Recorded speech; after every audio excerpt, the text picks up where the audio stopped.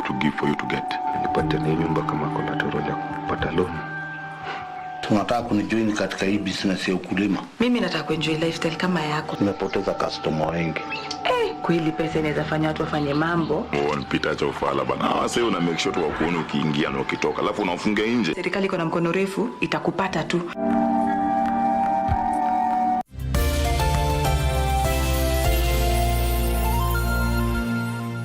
Wakati huo nilifikiria siwezi kushindwa. Ningeendesha boda kwa kasi, kukwepa na kuvuka barabara ovyo ovyo. Ningefanya chochote ili kufika napokwenda haraka. Lakini siku moja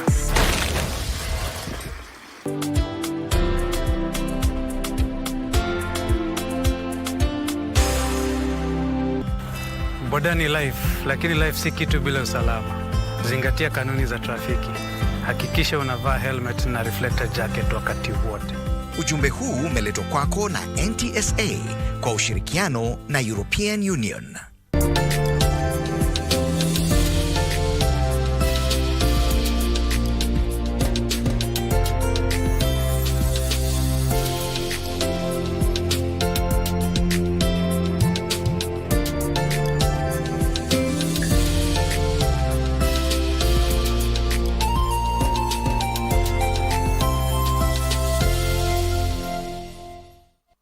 Watch the Mozartbet Cup as teams from both the top tier and low tier battle for the ultimate prize of representing the country in Africa's CAF Confederations Cup. Catch all the action live and exclusive on KBC Channel 1, beginning with a round of 16 matches, the quarter-final, semi-final and the final. Mozartbet Cup, live and exclusive on KBC Channel 1, your true sports partner. Nilianza kuendesha boda miaka michache iliyopita ili kuhudumia familia yangu. Sio kazi rahisi, lakini inaweka chakula mezani. Wakati huo nilifikiria siwezi kushindwa. Ningeendesha boda kwa kasi, kukwepa na kuvuka barabara ovyo ovyo.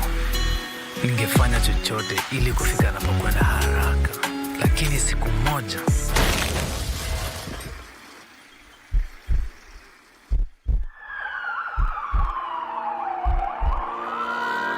nilikuwa hospitalini kwa miezi 3. Kosa moja karibu liondoe kila kitu.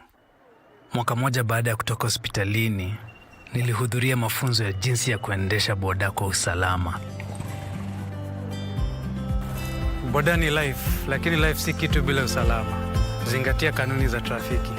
Hakikisha unavaa helmet na reflector jacket wakati wote. Ujumbe huu umeletwa kwako na NTSA kwa ushirikiano na European Union.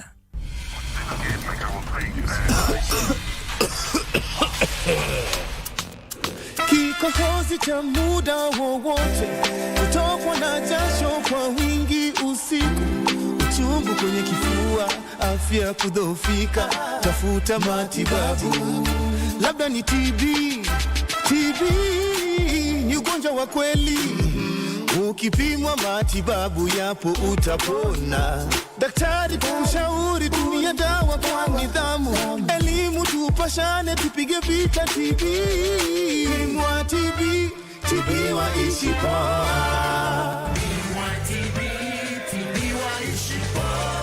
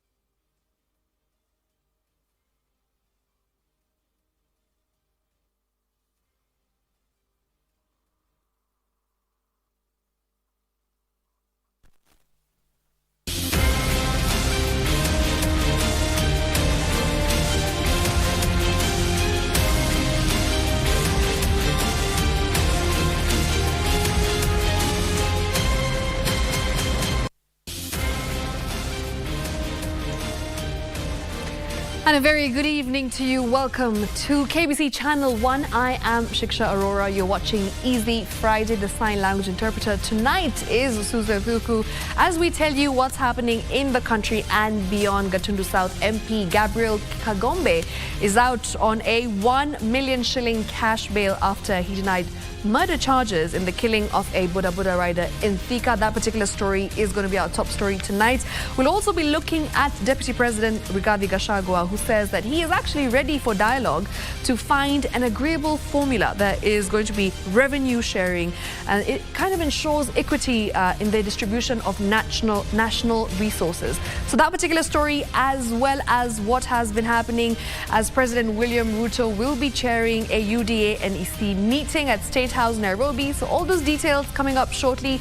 But for now, it's time for the highlights.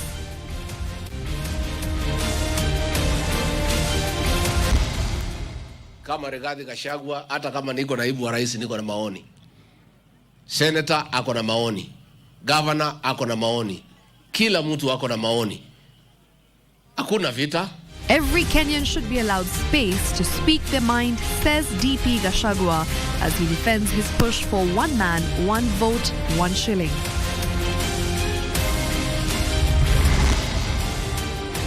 MP Kagombe out on cash bail in a murder case of a Boda, as the man caught on camera assaulting a police officer is denied the same.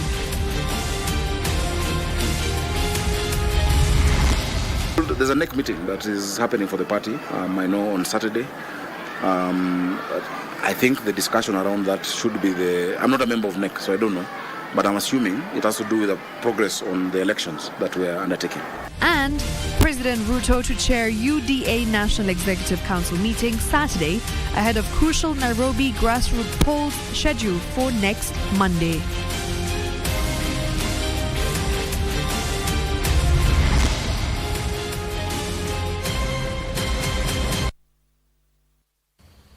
You're watching Easy Friday on KBC Channel 1, and tonight's top story.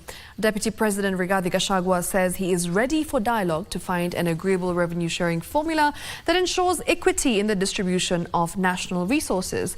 And this is speaking as he attended a Women Economic Empowerment fundraiser in Samburu County. And the Deputy President reiterated that the conversation on the 1 man, 1 vote, 1 shilling revenue sharing formula is not meant to oppress unpopulated areas of the country, but to ensure equity. Take a look. Responding to criticism over his push for the 1 man, 1 vote, 1 shilling formula for national revenue sharing, the Deputy President Rigathi Gachagua defended his right to express his opinion. And the fact that I'm Deputy President does not extinguish my right as a Kenyan, as per the Constitution, to have an opinion. Pale watu ya Northeastern, nimeona pale bunge, wametoa maoni. Na ni maoni na ni nzuri. So hakuna haja ya kulubana na matusi na kuchukiana kwa sababu ya maoni. Maoni ni maoni. Rigathi clarified that the formula aimed at achieving equity across the country. Kama ni hospitali, daktari moja anatibu watu wangapi? Wale wa Maralal wapate daktari na madawa ya kutibu wale watu wako Maralal. Wale wako Kiambu wapate madaktari na madawa ya kuhudumia wale wako Kiambu. Tunasema kila mtu apatiwe nafasi, apate usawa, kwa sababu hii Kenya ni yetu sisi sote. The Deputy President, however, embraced dialogue to achieve consensus on the matter. He at the same time called for unity for the country, faulting politicians causing divisions amongst Kenyans. Where there is unity, there is development. Kuna counties zingine governor wanapigana na MCAs. Kuna kwingine governor wanapigana na MPs. Lakini Samburu hawa viongozi wetu wameongoza vizuri. Kwa unakuja kugawa deputy president na president. Kwani unataka chama gani isifue kama utaki UDA isifue? Wewe na rais tuko nyuma yenu, tutawafanyia kazi, tutawaunga mkono. Speaking at a fundraising for women and youth empowerment at Maralal Town Stadium in Samburu County, Rigathi also urged the community to discard retrogressive practices such as female genital mutilation. Timothy Kipnusu for Easy Friday. Meanwhile, President William Ruto will on Saturday chair a UDA NEC meeting at at State House, Nairobi. Confirming the meeting, Nairobi Governor Johnson Sakaja said the meeting will take stock of the recently concluded UDA grassroots elections and address recent wrangles in the ruling coalition. The United Democratic Alliance National Executive Council meeting, to be chaired by party leader President William Ruto at State House, Nairobi, comes in the backdrop of wrangles among the party's leaders. Party Secretary General Cleophas Malala has in the recent days come under criticism by allies of President William Ruto and his deputy Rigathi Gachagua. Revealing the agenda of the meeting, Nairobi County Governor Johnson Sakaja said Ruto will be briefed on the progress of the UDA grassroots elections. He has called, there's a NEC meeting that is happening for the party, I know on Saturday. I think the discussion around that should be I'm not a member of NEC, so I don't know. But I'm assuming it has to do with the progress on the elections that we are undertaking. Yeah. So the president will be chairing that meeting? I think so, yes.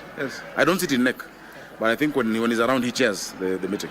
UDA Nairobi branch elections were slated for Monday, with Sakaja facing stiff competition from member Kasi North Member of Parliament James Gakuya.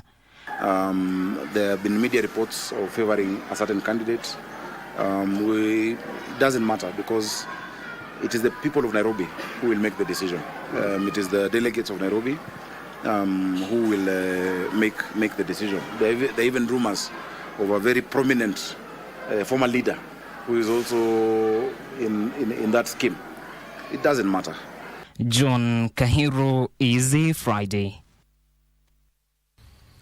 Now, the Ethics and Anti-Corruption Commission, EACC, is investigating the alleged fraudulent acquisition of public property situated in Karen, Nairobi.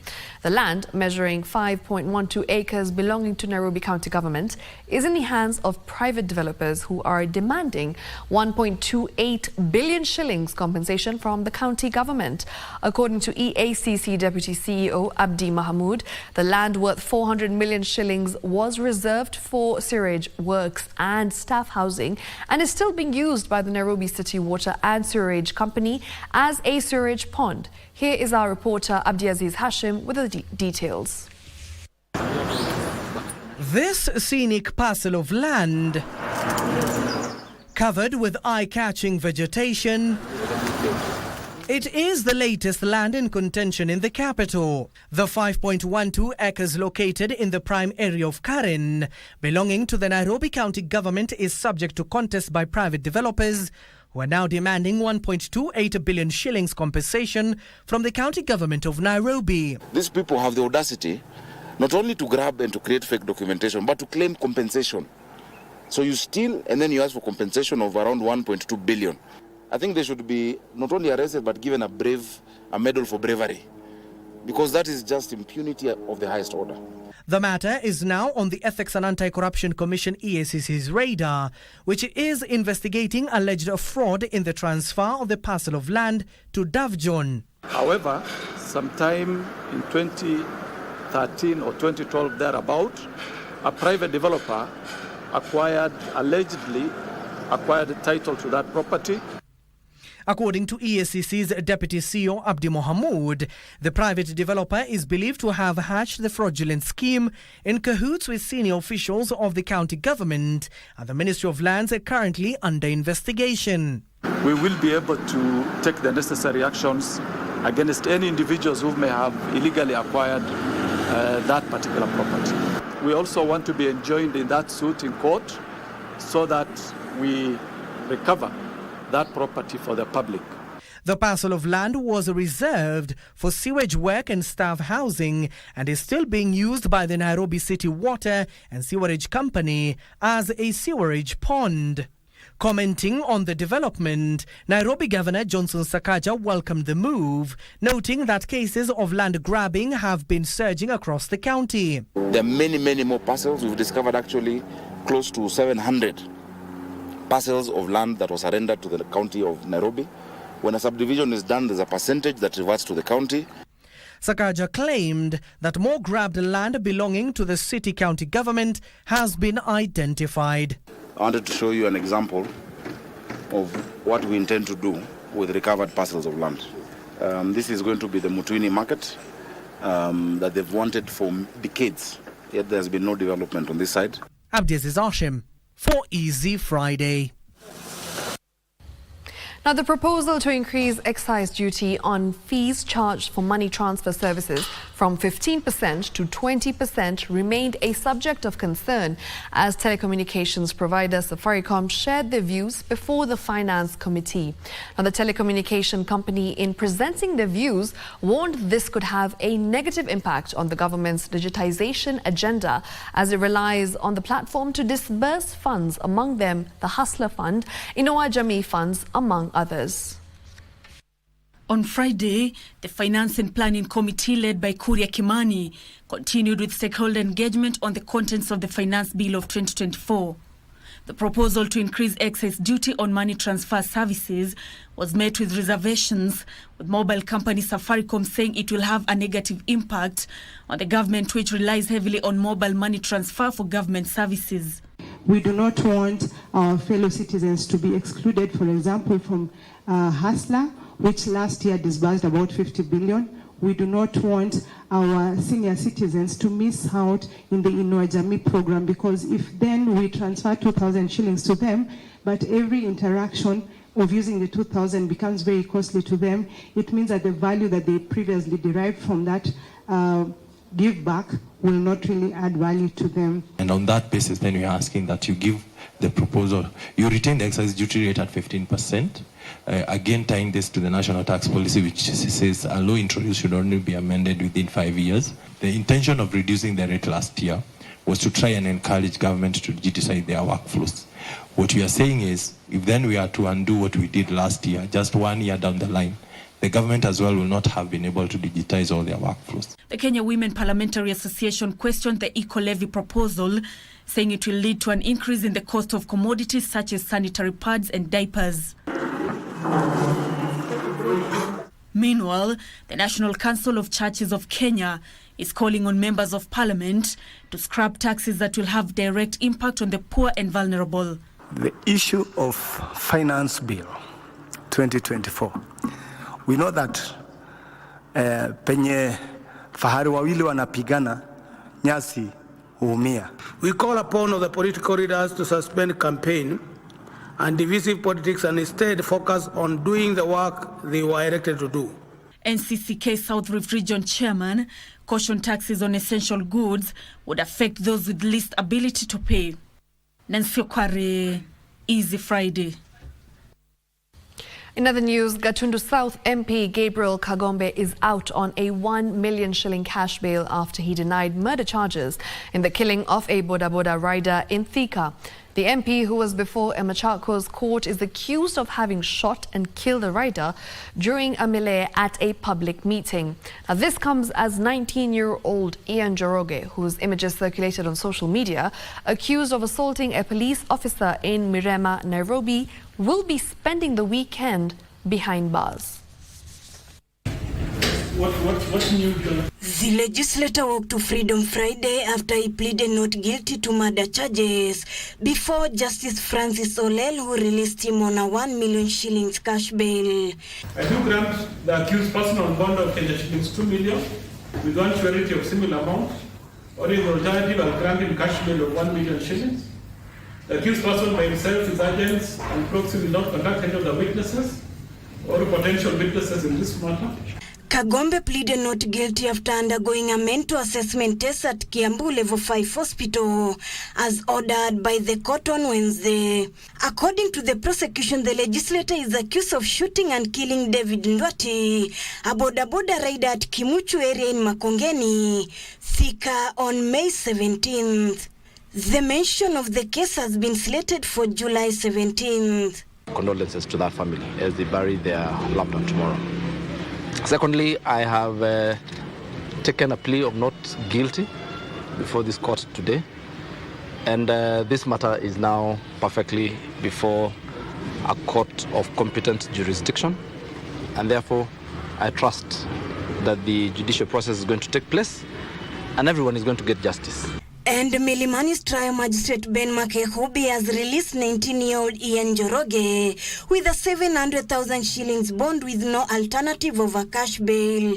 The magistrate, in declining to grant the cash bail, cautioned the public against attacking uniformed officers. Conclude by saying, in the upshot, I admit the accused person to a bond of Kenya shillings 700 with a surety of a similar amount. At this point, I will not grant an alternative of a cash bail. However, parties will be at liberty to seek a review later. So those are the orders of the court. Attempts by his lawyers to have him freed on Friday, pending the processing of his bond on Monday, however, flopped, making him a guest of the state over the weekend. I do not want you to interfere so much with this, because I would have been making a request that you vary your orders and maybe consider a cash bail, but I take wisdom in what you have indicated. But just to facilitate that, because the essence is that you've already accepted, and we are grateful that he be granted. To avoid that danger of the floodgate, and to also appear to review bail terms as soon as they are granted, when the condition for review of bail is that there has been a change of circumstances. Ruth Wamboi for Easy Friday. Now, the Directorate of Criminal Investigations has sought 14 days to detain 4 police officers and 2 civilians to allow investigations into a case where the 5 stole a colossal amount of money from a parked vehicle. The prosecution told the court that the 4 police officers, Anthony Ndegwa, Daniel Sunkuli, Simon Masharia and Anthony Mwendwa, were arrested on the 6th of June 2024 at Kasarani Police Station, and the investigating officer is yet to conduct his investigation. Details in the Scales of Justice segment. Fifth and sixth accused persons. Trial Magistrate Geoffrey Onsarigo was told that the 6 suspects are being investigated for breaking into a motor vehicle and conspiring to steal, as well as handling stolen property. Have they demonstrated to court that the first to fourth have tried to threaten any of the prospective witnesses? Prosecuting counsels Victor Owiti and James Gashoka said the offense committed was very serious and the suspect should remain in police custody for 14 days to allow completion of investigations. But all of them were arrested together. So there is a likelihood of interference of witnesses also by the 5th and the 6th. The court will deliver its ruling on Monday, 10th of June 2024. Elsewhere, Kapseret Member of Parliament Oscar Kipchumba Sudi can now breathe at ease after he was acquitted in a forgery case of his academic certificates. In a ruling delivered by Anti-Corruption Trial Magistrate Felix Kombo, the court said the prosecution did not adduce sufficient evidence. And Kiambu High Court has issued a warrant of arrest to a US-based suspect and the mastermind of the murder of Dorothy Wambui. The suspected Patrick Mutugu Murathimi, who snubbed the plea-taking today, is said to have sprayed the deceased with sulfuric acid, leading to her death. His other 5 accomplices, who appeared before Lady Justice Dora Chepkwony, were remanded until Monday for another plea-taking. John Kahiro, Easy Friday. And that brings us to our first commercial break, but we will be back shortly. Don't touch that dial. This is KBC Channel 1 and you're watching Easy Friday.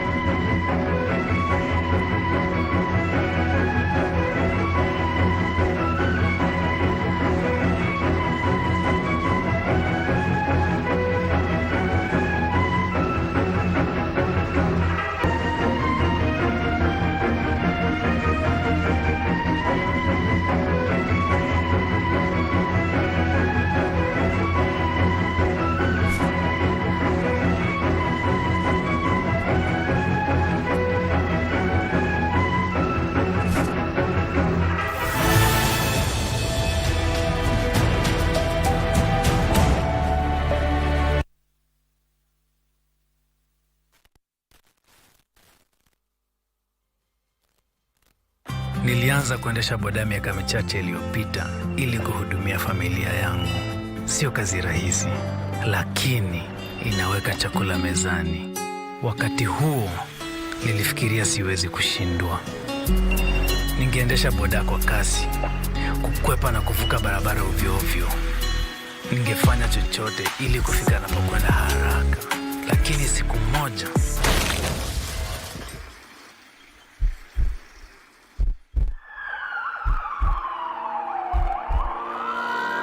nilikuwa hospitalini kwa miezi 3. Kosa moja karibu liondoe kila kitu. Mwaka moja baada ya kutoka hospitalini, nilihudhuria mafunzo ya jinsi ya kuendesha boda kwa usalama. Boda ni life, lakini life si kitu bila usalama. Zingatia kanuni za trafiki. Hakikisha unavaa helmet na reflector jacket wakati wote.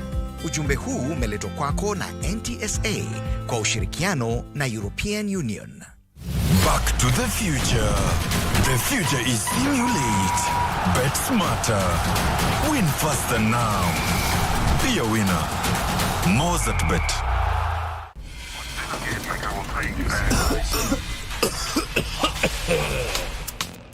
Kikohozi cha muda wowote, kutokwa na jasho kwa wingi usiku, uchungu kwenye kifua, afya kudhoofika, tafuta matibabu. Joel was human. My dad is ruthless. So how far can he go? I'm not betraying my family. My dad had property worth tens of millions. Come and see hundreds of millions, and Kaikara knew about it.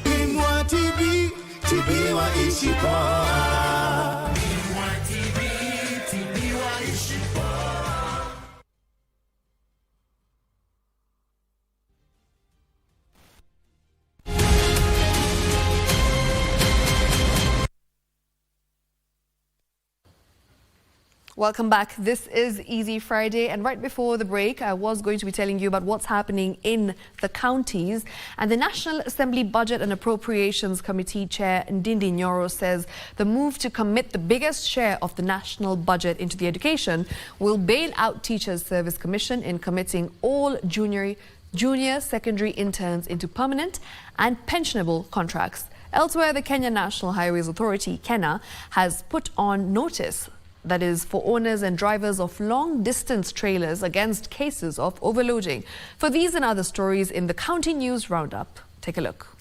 National Assembly Budget and Appropriations Committee Chairperson Ndindi Nyoro says the 27% allocation to the education sector of the total budget will see at least 46,000 junior secondary school interns absorbed into permanent and pensionable terms. We also commit that if the money is not enough for that exercise, there is start-off, and we commit that in the supplementary that will be coming, we can add in case there will be a deficit. Elsewhere, the Kenya National Highways Authority has put on notice owners and drivers of long-distance trailers following increased cases of overloading. Webuye Weighbridge Operation Manager Seth Ongwae says 3 trucks ferrying goods from Kitale to Lodwar were detained on Wednesday. Zilikuwa na uzito ya tani 67, ingine ilikuwa 66 na ingine ilikuwa 81. Na hizi lori uzani zao zinafaa zibebe tani 50. At the same time, Kenyans have been eyed to embrace modern technology in the construction industry as a key strategy for creating job opportunities and driving economic growth of the country. This was said during the Building Expo launch at KICC in Nairobi. Here we have our engineer from Russia, and we teach the local guys for do this job. So we bring here skills, and we bring here some advantage for people who need to work. And Kiambu County government has made a major shift from the national power grid to solar energy. Kiambu County Governor Kimani Wamatangi says the move aims at avoiding the exorbitant costs associated with our current reliance on the national power grid. Hospitali, bill zetu, kila mwaka tunalipanga $500 million, nusu bilioni kwa stima. Kwa kila mwaka kwa hospitali zetu zote 123, 123 facilities. In Homa Bay County, residents of Homa Bay Town can breathe a sigh of relief after Homa Bay Water and Sanitation Company restored water supply that was disconnected for more than a month due to a huge power bill. We couldn't do our work in time because water is life. You have to use water. There's no way you can stay without water. Finally, the government has been eyed to involve youth from colleges and universities in climate change mitigation. It's important that they are able to understand where we are coming from in terms of climate justice. It is important they understand what climate justice is. Tilio Marco for Easy Friday. Now, tonight, we delve into a story that intertwines nature, spirituality, and tradition.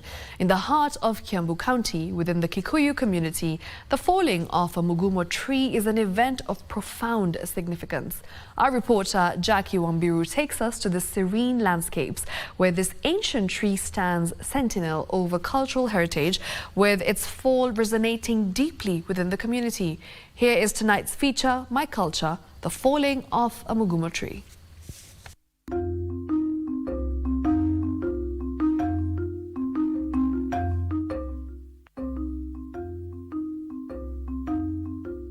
In the serene landscapes of Thika, Kiambu County, the Mugumo tree stands tall and revered among members of the Kikuyu community. This ancient and sacred tree is more than just a part of the environment. It is deeply woven into the cultural, spiritual, and social fabric of the Kikuyu people. Under its expansive canopies, Kikuyu elders would convene to make critical decisions, offer sacrifices, and seek divine guidance. The tree is considered an abode of the gods, with the spirits believed to dwell within its trunk and branches, acting as intermediaries between the human and the divine. Tukifika kuna mambo ya umuhimu ya culture yetu, tunakuja hapa kwa Mugumo. Kama ni kuombea watoto wetu wakati wanaenda kutahirishwa, tunakuja hapa, tunafanya the sacrifice that are supposed to be done. Na hiyo ndio inakuanga mwenendo ama ndio inakuanga mwelekeo wa wazee wa kiama wote tukiwa pamoja na Kikuyu Council of Elders. Nganga Carrie, a respected Kikuyu elder, shares with us the profound implications of a Mugumo tree's fall. Mti ya Mugumo imeanguka, iko na kitu inasema. Nao wazee sasa tuko na wazee wachache wamebaki, akina Madhenge wa Iregi ndio wamebaki, ndio wanatuambia hii Mugumo imeanguka kwa sababu kuko na hii, kuko na hii na kuko na hii. Hiyo Mugumo vile ilianguka ni kama kumekuwa na kulingana na vile tulitabiriwa na wale ambao ni wazee wa kongwe. Wale wazee wamefikisha miaka kutoka 90 kwenda juu. Na wale wazee wamekomaa, wale ambao ndio wanafanyanga those sacrifices, ndio wanafanyanga hiyo magongona, ndio wanatuambianga enda mzunguke kote, mwambie wazee wajichunge kwa sababu laini hii haiko sawa. Laini hii haiko sawa. Laini hii haiendi mzuri. Na kwa hivyo hao wazee of rate wametuambia kuna kitu inaendelea kwa sababu hivyo mnaona Mugumo inaanguka, Mugumo inaanguka. It seems there is a difference ya leadership ambayo iko katika jamii ya Wakikuyu. The recent fall of this Mugumo tree in Thika has sent ripples through the community, invoking age-old customs and beliefs. Saide mti ya Mugumo imeanguka, ama tuseme kama zile zimeanguka juzi. Kuna mambo mawili inakuanga kwa akili ama kwa wazee ambayo wanaanzanga kuangalia. Kuna kitu tunaitanga transition of leadership. Transition of leadership between the two age groups ya Maina na Mwangi.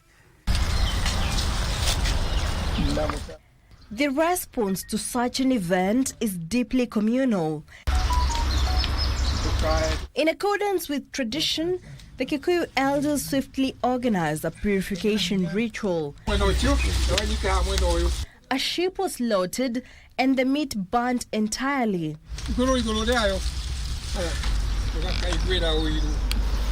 Its blood and milk used in prayers and blessing. Na mbuzi lazima kukuwe na wazee ambao wanajipurify for more than 10 days. Huwezi kuta Mugumo imeanguka leo hapa, alafu ukimbie kesho ati unachukua panga uanze kukatakata Mugumo. Hapana. Mugumo inatakanga mtu anakuwa anajipurify for 10 consecutive days, minimum of 8, lakini ikienda iende sana sana kwa ile migumo ambayo tunazitanga sacred, zile zimefanyiwa sacrifices, zile zimefanyiwa zile mambo tunakuanga ya chama, zile zimefanyiwa mambo ile ya kuombea vijana wetu wakati wanaenda kutahiri. Hiyo inakuanga na a special nini, inakuanga na special ritual, inakuanga na performance ya ambayo ni special kuliko hizi zingine. The elders purify themselves for 8 to 10 days before performing these sacred rites. Very few, kwa sababu sio wote watavumilia kumaliza hizo siku zote. So hao watavumilia wamaliza hizo siku 8, 10, hawa peke yao ndio wanaendanga kwa hiyo Mugumo. Wanafanya, na ule mwenye kufanya ni wale tunaitanga agogoni. Agogoni, they are the performers of those rituals. Sio kila mtu. In a unique twist, only women who are past the childbearing age are permitted to use the remains of the Mugumo tree as firewood. This restriction underscores the sacred nature of the tree and the importance of adhering to traditional norms. Kimaliza kufanya hivyo na sacrifice ikifanywa hivyo, sasa mnatafuta watu wa kukatakata hiyo mti. Hiyo mti inakatakatwa, inasombwa pahali. Ikisombwa pahali ndio nimesema hapo inagojewanga mpaka ikauke. Ikikauka, kama kuna hao wamama nimesema, wale wamama wakongwe, wale wamama wazee, huyo ndio mama peke yake ama ndio mtu peke yake anaweza tumia hizo kuni. Hawa mama akifikisha hiyo miaka 90 na nini, sana na hiyo age, anakuanga kwake, kazi yake ni kuletewa chakula alafu na kuota moto. So hiyo tunasema kiheti ama hiyo iheti ni wale wa mama wamekomaa 90 years and above. Sasa anaweza kaa hapo na hizo kuni anaweka hapo, ana warm mwili wake naye. During these gatherings, the community reaffirms its cultural values and traditions. Stories and myths surrounding the Mugumo tree are recounted, ensuring that the younger generations understand the significance of these ancient practices. Kama unaenda kuzunguka Mugumo for 7 times na unajua umefanya kitu, it is very unfortunate. Kwa sababu if you are a boy, unabadilika tena unaanza kukua nini? Kama msichana. Kama ulikuwa msichana unabadilika unakuwa nini? Unakuwa kijana. In contemporary times, while some interpret the fall of a Mugumo tree through the lens of environmental changes, the core significance remains intact.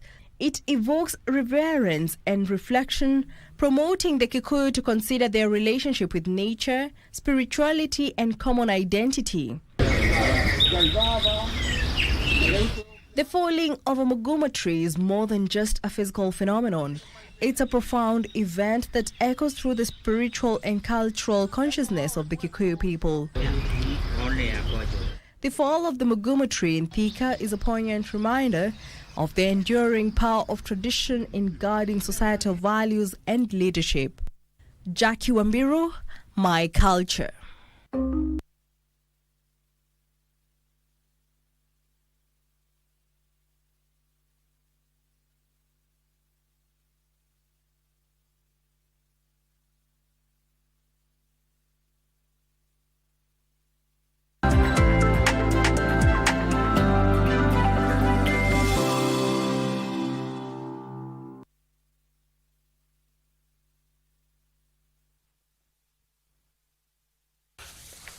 All right, now the Kenya Industrial Research and Development Institute, KIRDI, has expanded its scope of training and incubation program for micro, small and medium-sized enterprises. Speaking in Kisumu during the graduation of over 20 entrepreneurs drawn from the Lake Basin region, KIRDI Director General Dr. Calvin Onyango said the incubation focuses on ensuring products meet market standards. Data from the Retirement Benefits Authority indicates that even though pension schemes are holding assets worth 1.7 trillion shillings, only 26% of the labor force in Kenya is saving for retirement. The figure could be higher if better pension scheme and fund management officials are prudent and accountable. Nowadays, there's nobody who is immune to theft, immune to corruption, immune to misleading even their principals, to doing wrong things for their gainful gain, for their gain of benefit. So let us be alert, let us be vigilant. With the government contributing 15% to match the employees' 7.5% in contributions, the Public Service Superannuation Fund is one such scheme that has so far managed to raise 129 billion shillings due to what its management terms as prudent management of members' funds. We receive, of course, for every member about 22.5% of their monthly contribution to our fund, which we judiciously and we prudently invest with the advice of the fund managers, with the advice of service providers. The Board of Trustees has formed a strategic direction with a clear vision of a trusted retirement benefit provider, with the mission statement of ensuring that all the contributions are collected, optimally invested, and pay benefits to the scheme members. He says strong pension schemes means Kenya's corporate development and social security system is strengthened at a time when the savings culture among Kenyans remains low. As a sponsor and caring government, our commitment to good governance and financial sustainability of the scheme remains unwavering. This scheme offers a sustainable model for managing public pensions in Kenya while promoting a savings culture among our public service employees. The Public Service Superannuation Fund 2023-2027 strategic plan is expected to ensure financial security and well-being of public servants in Kenya and aligns with the government's vision for economic development and prosperity. Alanauko, Easy Friday. We apologize for the mix-up. That particular story that you just watched is about the head of public service, Felix Koskei, who is urging officials of pension schemes to commit themselves to good governance and to offer customer-centric service to their members for retirement funds to add value. And obviously, he spoke during the launch of the Public Service Superannuation Fund 2023 to 2027 strategic plan and annual general meeting. Koskei, who expressed concerns about the pension scheme members losing their retirement savings after the schemes collapsed due to mismanagement. So that is this particular story that you just watched. And moving on ahead now to the story that I told you about earlier before this one, where the Kenya Industrial Research and Development Institute, KIRDI, that has expanded its scope of training and incubation program for micro, small and medium-sized enterprises. And speaking in Kisumu during the graduation of over 20 entrepreneurs drawn from the Lake Basin region, KIRDI Director General Dr. Calvin Onyango said that the incubation focuses on ensuring products that they meet market standards. And here is that story.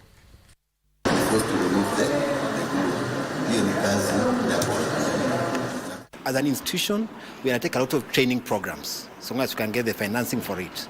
So we look for funds from different sources, then we ensure that we use these funds to actually train different cohorts of entrepreneurs so that they can be able to establish their industries and actually go out to the market. And the overall objective of the project is to increase productivity and innovation within the private sector. The government is keen at manufacturing, and as you can see, there are many products that these young entrepreneurs have already produced, and we want to ensure that they produce quality products using local products to spur the value chain in various areas, from leather, the food industry, as you can see the products. Before we came to this challenge, this training, we were making products knowing that the products are perfect, without knowing that there are some slight mistakes which can be corrected. But from now, we can correct them and easily. Initially, I was an apiarist. I would produce honey and just sell it to people, then they would process it by themselves. But now I'm getting out of this place as a certified honey processor, so I can produce my own honey, process it, and then market it myself and sell it out there. we know how to, formulate our own products. But now when you come to a project like Kirdi, it's a matter of perfecting that thing that you're already doing. So it's a matter of, you're not like really blank in your sector, so you know what's going on, but it's a matter of perfecting whatever you have. So just play your part at whatever level it is. It doesn't really matter kama ni chini kidogo, just play your part, and then the opportunities will come eventually. Now moving on, micro, small and medium-sized entrepreneurs are appealing to the government to halt the planned introduction, that is, of new taxes in the 2024 finance bill, arguing that these taxes will negatively impact Kenyans' purchasing power and reduce sale of locally made products. Led by Joseph Mwangi, who runs a shoemaking SME based in Gikomba Market, and he said that entrepreneurs fear that the reducing number of clients could put them out of business. Tunategemea wateja wenye wanakuja wenye wamelipwa labda katika idara tofauti ni wao wenye tuwa tunategemea wakuja watununulie, lakini wakitozwa kodi kwa kiwango cha juu sana, ule uwezo wao wa kuweza kununua utaweza kushuka, na ukishuka sisi hatutakuwa kwa biashara.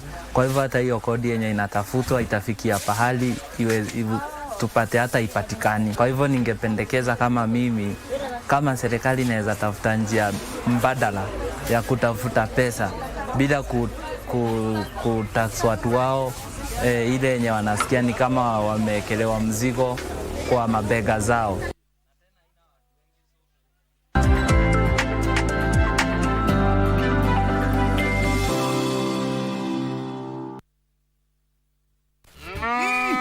Shamba ni mbili, yako ni gani? Kwenye star 570 hash. Every 100 shillings unayotumia kwa Lucky Game inakupa 1 entry point ya kuingia kwenye drum ya draw, ambayo inakupa fursa ya kujishindia moja kati ya shamba hizi mbili. Mwisho wa April namtangaza mshindi wa shamba hili la 1.1 million Kenyan shillings, na unapata title deed yako safi. Na mwisho wa Mei namtangaza mshindi wa shamba hili la 1.1 million Kenyan shillings, lori za mawe na mchanga. Ploti ndizo hizi, dial star 570 hash, title deed ndio hii. Vuka na shake.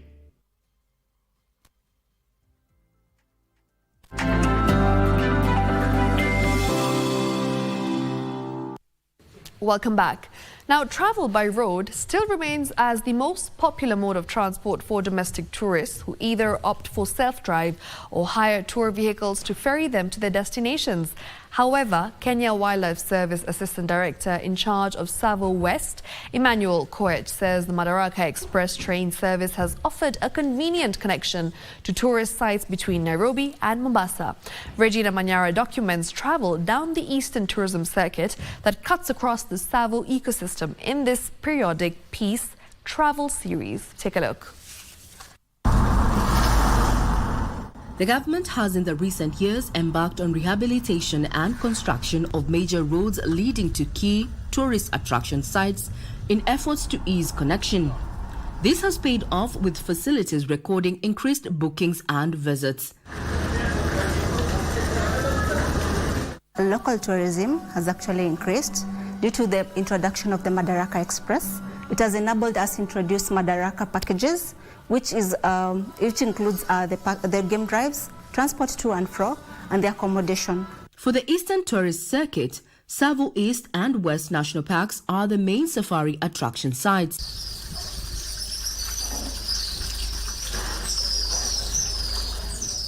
We have facilities within the park, the lodges. We have 5 of them. Most people also think that it's very expensive to visit Savo, and in particular Savo West. If you take an SGR from Nairobi to Savo, to Mtito and Day, it's just about 1,000 shillings and 550 shillings into the park. And you are good, you can enjoy every other thing that is in Savo West. Data from the Kenya Wildlife Service indicates that between January and May this year, 29,285 visited the park, out of which 9,677 were domestic tourists. This has been fueled by, among others, the Madaraka Express train service that offers convenient travel. and it is time important, and it is educative. You can enjoy fresh air, you can enjoy scenic areas, and you can go home educated. Owing to its popularity, hotels have customized their package offerings to a juicy option for those traveling via the Madaraka Express train. The stopover at Voi has afforded travelers an opportunity to explore Savo's vast offerings, including game drives to Taita Hills, Chulu Hills and Mzima Springs. So the museum is actually free for everyone who accesses the Salt Lake and Taita Hills as well. It's open 24 hours. You can come and just pop in anytime. Behind me is the World War I Museum, which is an attraction that you and I can enjoy anytime you're within Taita Hills. I'm Regina Manyara reporting for KBC Channel 1. Keep watching the travel series.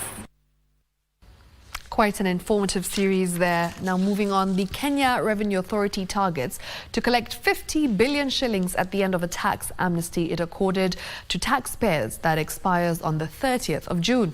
The authority is now calling on non-compliant taxpayers to leverage on the one-off amnesty and update their records.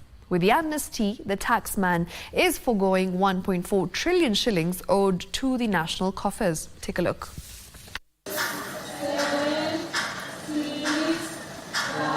Mombasa County, Kenya Revenue Authority and its media partner, the Kenya Broadcasting Corporation, staged a roadshow in the county as they rally Kenyans to file tax returns before the end of the month. And as the caravan sneaked through Changamwe, Magongoni, Mikindani, Bombolulu and Bamburi, KBC and Pwani FM fans were treated to riveting performances by legendary musician Jua Kali and bongo flavor artist Susumila.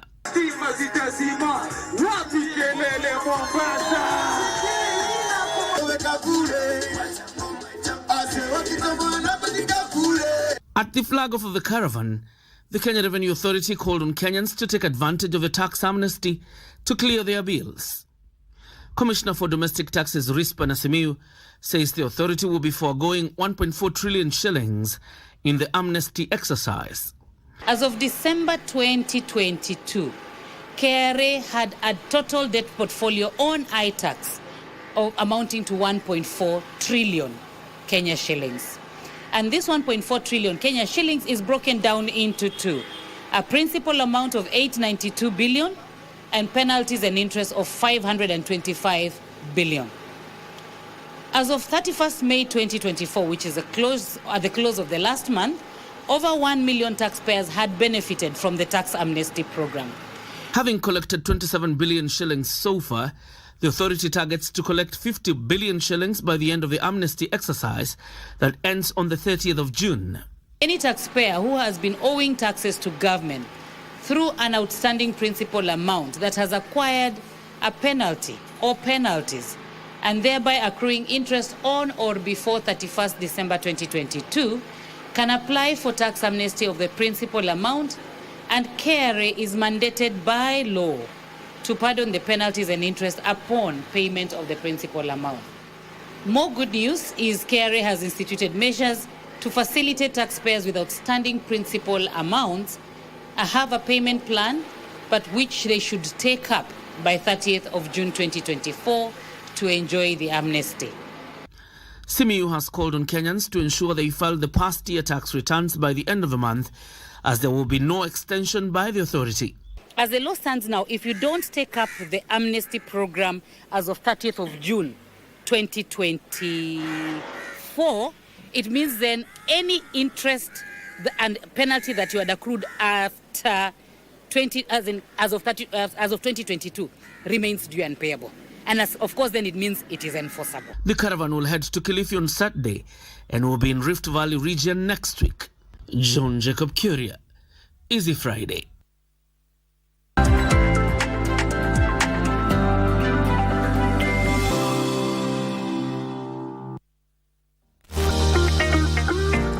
Una malimbikizi ya ushuru? Mamlaka ya utozaji ushuru nchini KRA inakupa msamaha wa adhabu na riba ya ushuru kufikia tarehe 31 Disemba 2022 kupitia Tax Amnesty Program. Ili kujua jinsi ya kupata msamaha, jiunge nasi kwenye maonyesho ya barabarani kote nchini ukiletewa na KRA kwa ushirikiano na KBC. Pia tutakuelekeza jinsi ya kujaza fomu za ushuru na kujisajili kwa e-Teams, mfumo mpya unaokusaidia kutoa risiti za kidijitali kwa njia rahisi. Jumanne tarehe 11 Juni, msafara wetu utaingia kaunti ya Nakuru katika maeneo ya Naivasha, Gilgil, Nyahururu, Olkalao, Subukia, Bahati, Langalanga na mji wa Nakuru. Kisha Jumatano tarehe 12 Juni, tutazuru mitaa inayopatikana Nakuru, Njoro, Elbagon, Molo na Mau Summit. KRA, tulipe ushuru, tujitegemee. Kurumisha ndege. Aviator instant game. Be a daring pilot and earn by how much high you can lift the plane. The higher you fly, the higher your win. The sky is the limit. Mozart Bet.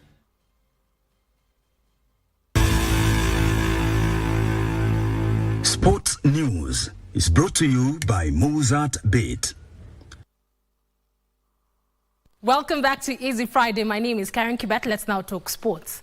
The national soccer team Harambee Stars were held to a 1-1 draw by the Swallows of Burundi in a crucial 2026 FIFA World Cup qualifier at the Bingu International Stadium in Lilongwe, Malawi. Duke Abuya scored for Kenya in the 72nd minute before Sudi Abdallah equalized for Burundi in the 83rd minute to deny the Engin Firat Chargers the maximum points.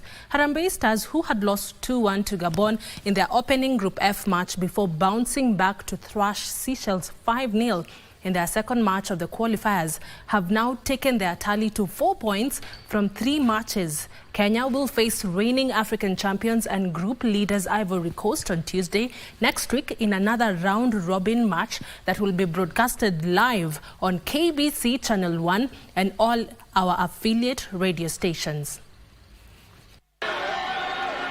It's taken over 70 minutes, but the Harambee Stars have finally broken the deadlock, and this could be an invaluable goal in terms of their bids to achieve qualification to a first ever World Cup. Still in matters football, the Kenya Under-17 girls soccer team head coach Mildred Cheche has named the squad of 23 players for Sunday's FIFA Under-17 World Cup qualifiers against Burundi at the Abebe Bikila Stadium in Addis Ababa, Ethiopia.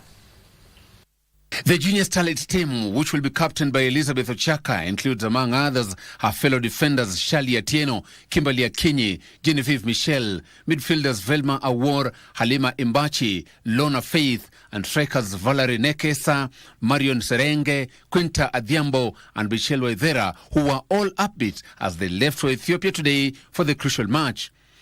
Sahi tumejua venye iko si mbaya, venye tunaenda kwa hivyo tunaenda kutia bidii. At least tulisha work out about venye tulicheza na Ethiopia, tumerekebisha penye tulienda wrong.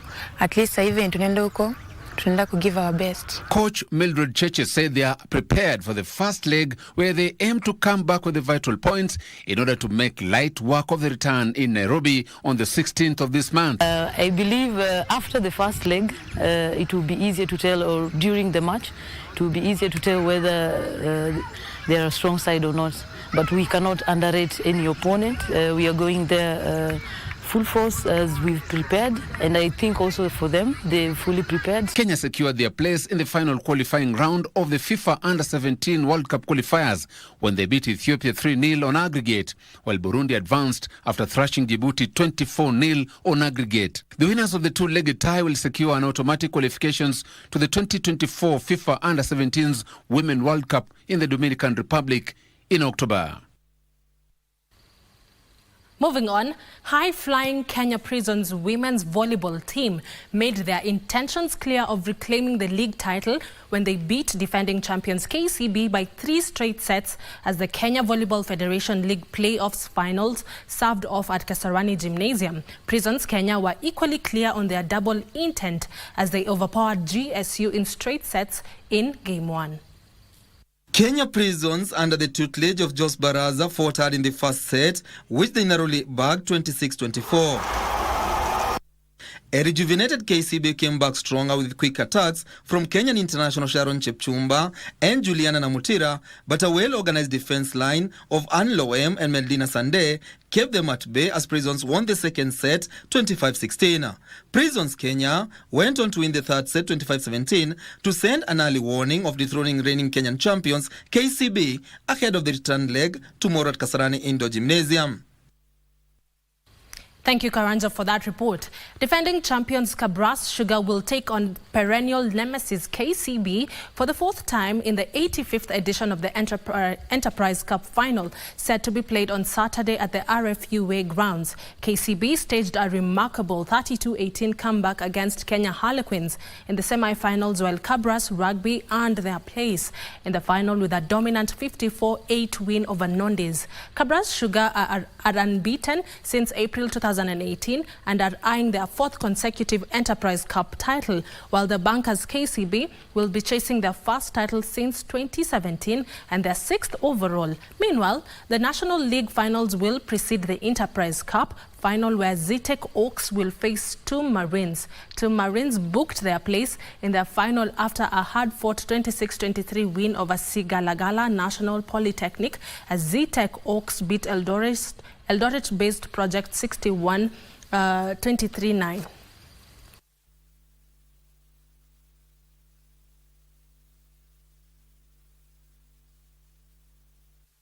Kenya will take part in the FIBA AfroBasket Under-18 Zone 5 Championship for the first time, where they hope to make their presence felt in the preliminaries slated for Kampala, Uganda. The team comprises 12 boys and 12 girls drawn from various schools across the country, among others Agoro Sare, Dagoretti, Maseno, Onjiko, Kaya Tiwi, Pioneer, Loreto and Butere. Meanwhile, Kenya has sent 2 para-athletes and 2 coaches to the United Kingdom for the third edition of the GAPS program. The athletes include para-tennis player Edwin Murwa and para-powerlifter Samson Abayo, who will take part in a 10-day training camp at the Birmingham University from this weekend. GAPS is an initiative of the Commonwealth Games program to promote para-sport and create pathways to enable them qualify for international events. The first program saw Kenya beneficiary Helen Wawira bag a bronze medal in para-powerlifting during the 2022 Commonwealth Games in Birmingham.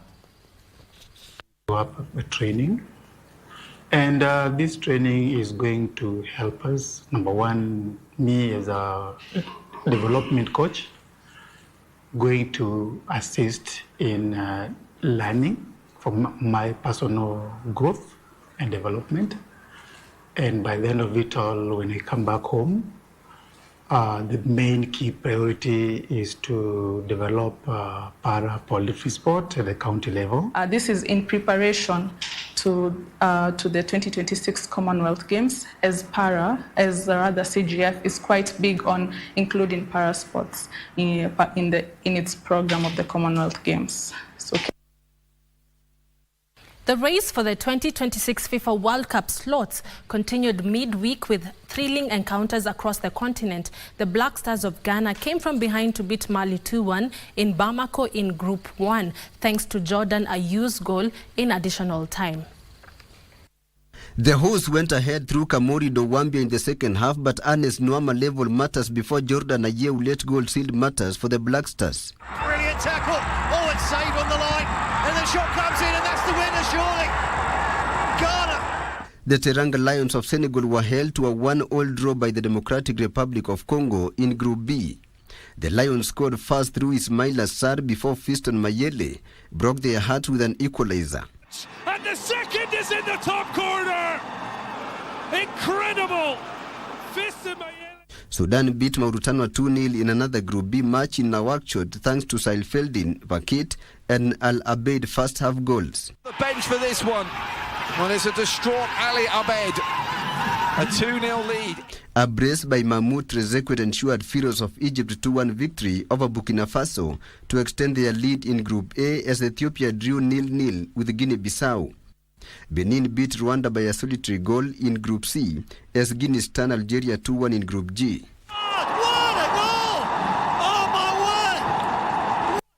England England's head coach Gareth Southgate has named the 26-man squad for Euro 2024 but left out Jack Grealish, Harry Maguire and James Maddison. Scotland's squad has also been named with goalkeeper Greg Gordon and defender John being left out.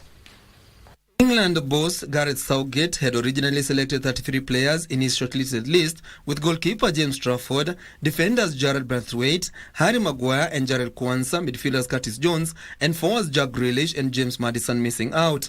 Liverpool centre-back Jarrell Quansah has remained with the squad. England, who beat Bosnia-Herzegovina 3-0 at St James Park on Monday, will be without the service of Harry Maguire, Calvin Phillips, Raheem Sterling, Mason Mount, Jadon Henderson, Marcus Rashford, Jadon Sancho and Jack Grealish, who featured in the final of the Euro 2020 when they lost 3-2 to Italy on penalties. They will face Iceland in their last build-up tonight before their opening Euro match against Serbia in Group C.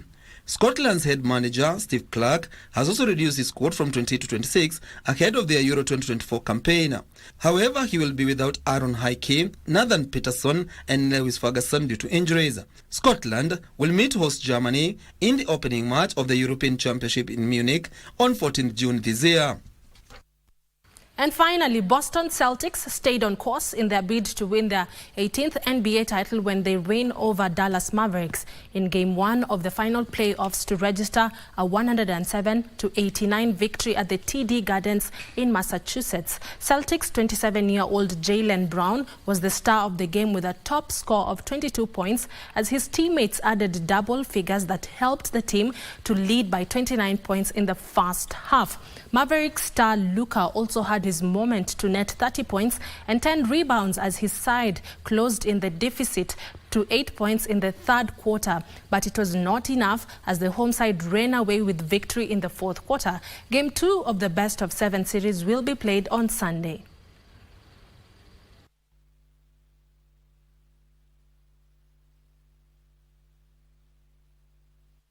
And those are all the sports stories we had for you tonight. My name is Karen Kibet. Have a peaceful night and a lovely weekend ahead. My colleague Shiksha Arora will be back with more right after this short break. Don't go too far.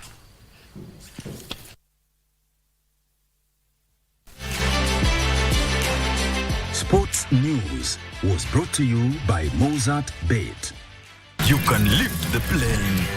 The higher you fly, the higher your win. The sky is the limit. Mozart Bet.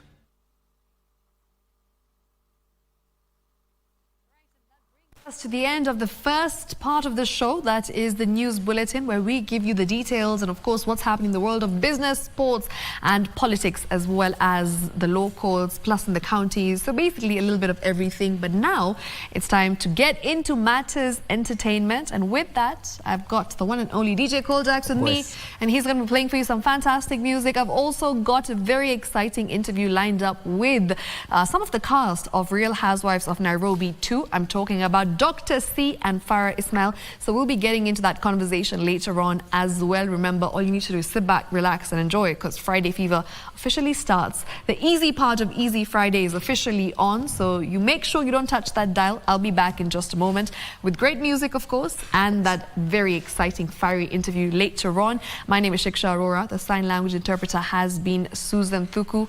Don't go anywhere.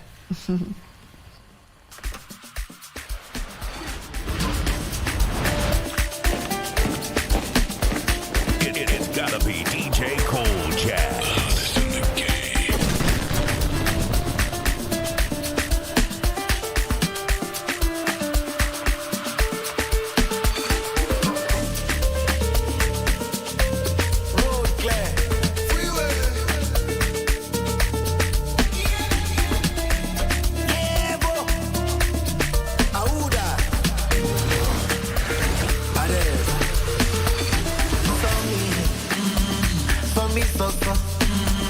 I don't know, no. Make them they turn up. They don't see me coming. Are you ready for me? Energy like cocaine. Cream de la cream. When I'm blue, I see me enter. Then I go bring you to end my love. Show you want to see mental. I don't give them back. Your weekend party has officially begun.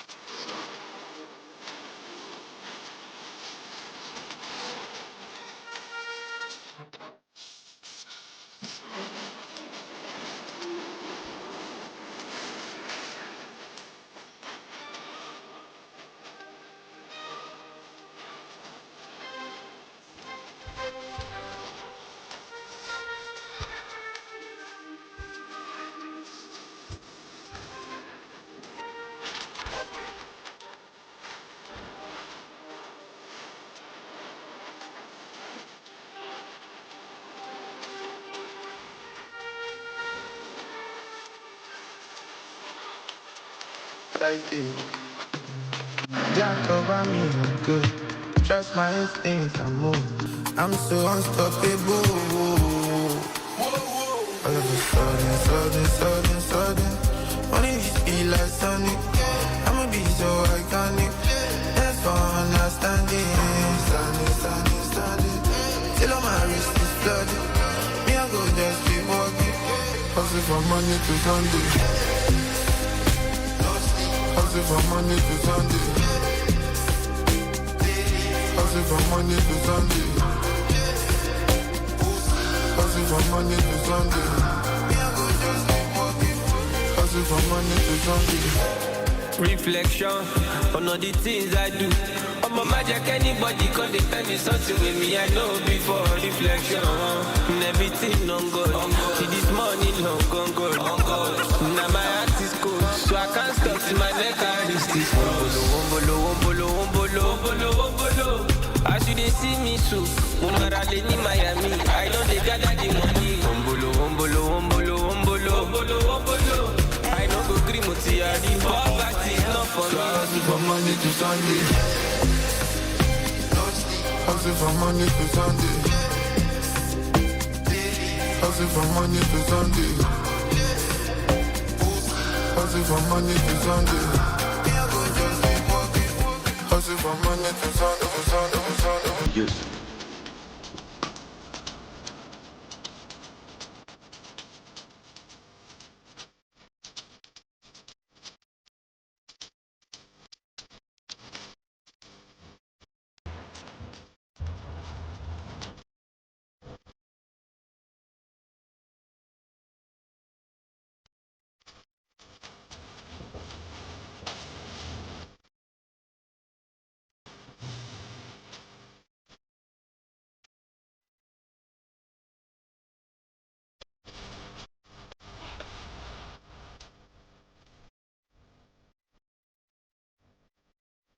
All right, welcome back. This is Easy Friday. I am Shiksha Aurora, and with me I have the gorgeous ladies of Real Housewives of Nairobi 2. We have Dr. C and Farah Ismail, and these two ladies, honestly, they look absolutely stunning. They smell good. I'm just like, wow, where are we going after this? We'll talk about that later off air. But let's introduce them. We have the one and only Dr. C, who is a doctor.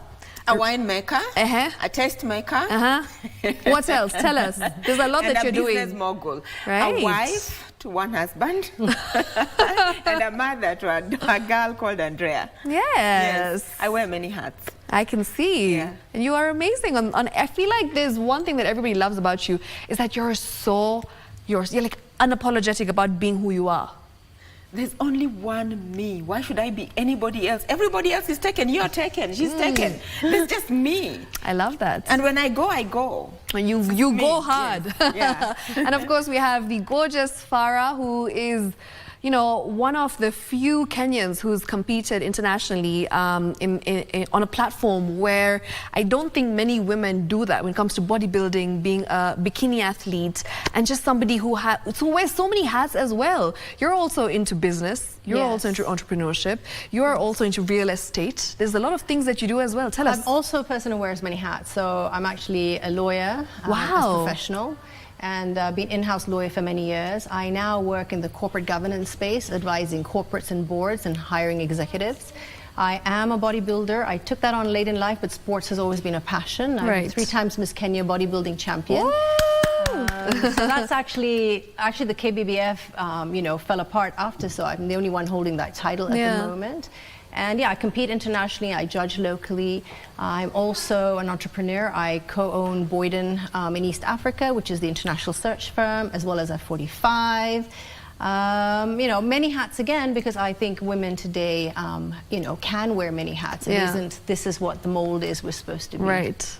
And you know, one thing I really like is that, Farah, on the show, you're very, I feel like you're somebody who is not just being yourself, but you're also somebody who brings this aspect of, you know what, I am a boss babe, I'm a boss lady, and you hold yourself with so much grace and so much elegance, and I love watching you because sometimes when there's a lot of drama going on, you're just there and she's just like... Well, you know, I've come from like being a corporate lawyer. Like things can be going on. Like when I worked at KK, your there face was like is always like, Well, yeah, you know, there was a big strike at the U.S. Embassy, you know, right after the attack on Riverside, like literally the next day, and I'm like, oh my God, is this the day you should take to have a strike? But as in-house lawyer, you're supposed to be very stoic, and I think I try and bring that into my my private life as much as I can. Right. Hard to do with family, you know. I think family is where the emotions show, and I think you'll see in the show there is some situation around family where I think it's hard to hold that. Okay. But I think it's how you hold yourself in situations that are of conflict, and I think that calmness then hopefully flows to other people. Like if everyone's like going crazy, then I think, so you kind of have to be the calming presence. Dr. C is just quiet. She's like, let's talk about going crazy now. So Dr. C, I really love that, first of all, as you know, somebody who is representing a 45-plus-year-old lady who is honestly looking, both of you, honestly speaking, there is like no way that anybody could look at you ladies and be like, oh, you know, this is your age. You look ridiculously amazing. I do. You do? Yes. And I love that. I love that for you. How important was it to have the representation on the show for both of you, in fact? I think so that it's extremely important because a lot of studies after study have actually shown that societies that have older women within them, they're actually even genetically stronger. Because the women my age, first of all, traditionally, we are the ones who will stay there, help the younger ones as they go out to be. But now, here we are at this age, I call ourselves prime time, rather, that's the word to use. Why? Because we've been around, we've done it, and when you're through with your hormones that are always controlling you, you really come into yourself. In fact, the most dangerous woman walking the world today is a menopausal woman. Because she really is in her power. My mom. We are in our power in the sense that, number one, we've made all the mistakes, we've gathered wealth, and we are not afraid. And because we are not afraid, we can confront certain societal stereotypes, and we can change in terms of, even when we start businesses, they are much more successful. We, in fact, women my generation, we are different from our mothers in the sense that we've acquired wealth. We are the richest generation. We are the ones gatekeepers. We are chairing boards. We are owning wealth. And we are really, if you want to forget, like half of the women of Kenya, then we are always going to be in the same spot. Because we are the ones who now need to pass on to our children, to our girls. We fought so much to be where we are. So it's very important that the modern 45-plus-year-old woman can be seen with her power and doing her thing all-rounded. Family, business, whether it's politics, activism, in whichever, being a lawyer like she is, and just seeing ourselves to be. I think it's very important. It is very important. It's beautiful to see how both of you are doing it. I mean, for you, Farah, you've mentioned family already, and family is so important to you. So when they saw you on the show, what did they say? Did they think that you're just the same, the Farah they know back home? Well, it's interesting because I don't think they wanted me to be on the show, because obviously it opens up your private life. Yes, it actually does. And so, yeah, I've said this before, I'm actually quite private, even though I'm on a stage in a bikini. And of course, coming from an Indian background, you know, oh my God, what would people say? So, you know, Indian families are quite conservative. My family is relatively open-minded, but still, and I think it's more about, you know, but they've supported me through everything. So, and again, I'm not a child, and they know I'm a very independent woman. I'm going to do what I want to do. I mean, that is myself and my personality. So, you know, I think now they see that this is, you know, a good platform for me. It really has been, the reason I've done the show is because I really wanted to feature fitness, but also women doing different things. I'm over 40. I'm competing internationally with women half my age. I'm able to have a lifestyle, I'm able to travel. You can kind of have it all, and I wanted that representation. And I don't think culture, coming from an Indian background, should limit you. Coming from a Kenyan background should limit you. Look, the sky is the limit, and I think having women like Dr. C and I on the show, you know, we're doing multiple things. We've been out there. We've grown through the pains of being a youth with our insecurities. Right. We want to present confident women who can have it all, Mm-hmm. or at least have a quest. You know, we have our bad days. Of course we do. Everyone does. I'm not saying life is perfect. Yeah. But I have learned by living outside of the comfort zone, pushing myself to take new challenges.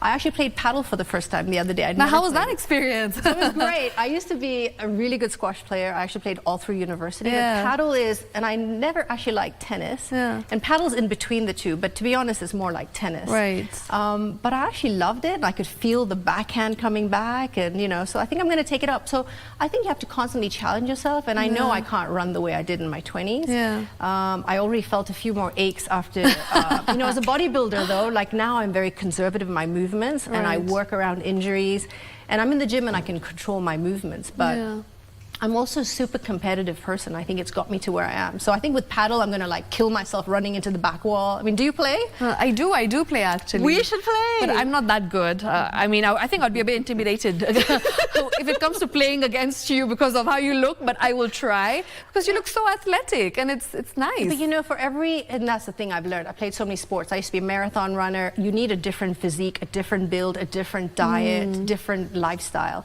Bodybuilding is completely different. I'm a lot bulkier than when I used to play squash and run around there in the corner. So every physique, like in life, you have the goal, you have to work to that goal and what it is. So a paddle player is probably very different from a bodybuilder. So now I've got to do some more fast twitch movements so I don't kill myself on a paddle court if I'm going to do that. But yeah, I definitely want to play some more. So we should, Dr. C, we play some paddle? I think we should invite Dr. C. Yes. I actually been wanting to do a Housewives paddle tournament. How about we do that? That could be fun. Invite me. I'll be there. You know, Dr. C, I think one thing that I love about you is because it's the fact that you're so real. You're so unhinged. You're so unapologetic about saying anything and really not worrying about what people will say. And sometimes people actually take that, well, a lot of times people will take that the wrong way because they're going to be like, well, she's being offensive and she's really just being rude. And sometimes people will call you out for that. How was it in the beginning when you started this journey and when people were not taking you in the most positive ways? And then, of course, now everyone's like, okay, this is Dr. C and this is just how she is. And this is how she is going to be for the rest of the show. So how was that experience for you? First of all, I think you're watching too much social media and reading too much into what people are saying. Point is, I think you need to know your true north. And my true north is that I will speak the truth. And if you challenge me to it, I will never talk about what I don't know. Okay. And a lot of people cannot take it. My hallmarks of freedom, true human freedom, are that you ought to be able to speak your mind when you have to. What is freedom when you cannot speak what really is on your mind and how you feel you want to interpret? Right. So some people may take it as rude, but I think so that sometimes you need to know your true north. And if you know your true north, you know the truth. The world can think what they want to think. The question is, when you look at yourself in the mirror, what do you see? Can you face that person? I think I sleep at night. I have no, like, honestly, I sleep at night. When I look in the mirror, can I honestly be accountable to that person? I am accountable to that person. So yeah, people have different opinions, and sometimes I say reality TV is, people sometimes watch, and I don't know what perfection they are expecting to see from that person. I think so that as they continue to watch the show, they will see me as my character develops, and finally they'll make up their mind. It's too early to call. It's almost like elections. It's too early to call. Yeah. In the sense that I think people liked me in season 1 because I was more of like Farah's predisposition. I was more of like, I was checking, watching and everything. Coming back in season 2, and I was thinking about it, like season 1 changed me in a way. Season 2 has also changed me in a way. It has opened up another third eye that I didn't even know that I had, taught me a lot about human interactions, things that I didn't know. Like, you know, people can behave in a certain way. And I think so that if there's a season 3, you'll probably see a different Dr. C, yeah? But it's because you change as you interact with people, and people change you, things change you. But the most importantly, when I look in the mirror, I can face that person and I'm happy. I have no regrets. Right. I love that. Yeah. And it's always nice to speak your truth. Yes. And the truth that is yours alone sometimes. I feel like not everyone is going to accept it, but as she said, if you can face the woman in the mirror, work's done. Work's done. Farah, how was it for you just getting into the mix of things and just meeting the rest of them? I want to know, how was your day one? Oh my God. You know how I said I like to be outside of the comfort zone? Yeah. I do. This was like, again, you know, 30 cameras rock up to my place. Yeah, that must be such that was just like, oh my God. A new experience. Yes. You know, entertainment is on a completely different timeline from corporate. So, I mean, I had to get used to timings. Everything is like slow, late, and then rush. That was interesting. And then really, we didn't really know who we were going to be on the show with. Wow. So we don't know. And so that was interesting because you don't, you know, you want to be in these conversations in a group of people that you select. As you get older, you want to select your friendships and the people you want to be. You start dropping away things that don't help you grow, that are toxic. And so when you're put in the situation where you don't really know everyone, and that's why, and I think Dr. C was that last season, I need to figure out what are these personalities, like what am I dealing with? And that is generally my personality, is to get to know people, because I also don't like to prejudge. So it's not about, you know, I obviously watched season 1 and I was in the first episode in season 1, and you don't want to judge people because you want to get a chance to meet them. Of course. So, you know, Vera came over and we had such a great time. You know, Dr. C came over. So you want to, and I've even said on the show, actually, each woman is wonderful on their own if you put them together. But then that's group dynamics. It's dynamics working with a group of people, especially women. You know, I've worked in a lot of male environments, and men deal with issues differently from women. And there is the cattiness. It comes through. I'm sure you've seen it if you're watching the show. Yeah, I have. Yes. And you know, so it's this whole thing where I found the show to have a lot of conversations that are very set in women tearing themselves down. Right. And I think, you know, what Dr. C and I are talking about is moving to more collaborative conversations between women. But that is the natural, almost a natural justice when you put women together. And that's why a lot of the female movement has now been around women holding each other up and pulling each other up and supporting each other. Collaborating instead of competing. Instead of competing. So I did find myself in this dynamic, and it was really getting to know everyone. But look, it was lovely to meet different people. I love meeting new people. So that was great. And individual friendships. And there have been friendships that have come out of this. And then, you know, we don't know what's coming up in the show the same way like you don't. So every week I watch it going, oh my God, what did I say that the editors put in the show out of the 10 hours? And that's how reality TV is. Exactly. And what did somebody else say that I didn't know they were saying behind my back? Right. You know, like there's certain comments that you hear that they don't tell you on their face. There is a lot of this talk behind the scene that ends up, and then of course. So yeah, it was very interesting, and like I said, I think it was a learning game. It was, I felt a lot behind the 8-wheel the whole time, because I'm trying to understand my changing environment, what's going on. You know, tailoring it to, we had themes for different events that we're going to, and there's an invitation in 2 days, you have to look like, you know, the Bavarian princess, for instance, or something. So there are a lot of like these different challenges that you know, come across. But yeah, it's been a great journey, and I really have enjoyed it. I mean, I came away definitely feeling like I'd grown. Amazing. And as I watch myself on the show, I can see elements of myself that I'm like, oh my God, is that what I said or what I look like? So I think I will come away with some growth, and if there's anything that comes out of it, I think that's great. Growth is everything in life. That's all we're looking for. Dr. C, how do you think this particular Real Housewives of Nairobi is different from the others in the franchise, especially in Africa? Like, what do you think is different here in Kenya compared to what we see in South Africa, for instance? Yeah, so I will talk about the other franchises. Yes. One of the things I was very clear, even with the producers, is that we must tell African stories. Okay. And I was very clear and I was adamant. I am not going to try and pretend like we are in Beverly Hills. Yes. I'm not going to, for example, one of the things, I moved into a new house. It's almost a $3 million house, yeah? Mm-hmm. And I'm not going to sit there, live that flamboyant life, and then try to pretend I just woke up like this. We must also accompany those stories with how do you get there. Yes. Because those are the African stories. A lot of us are first generation wealth creators. So we must, knowing that a third of the, not a third, in fact, 3/4 of the African population, most of them are really still living below the poverty line. Right. I think we must also show the African stories. One of the things I really like, by the way, my father, Filippo, who is quite, he was a single father, so I'm able to bring out that, but I'm also able to bring out the fact that we must, the role of women.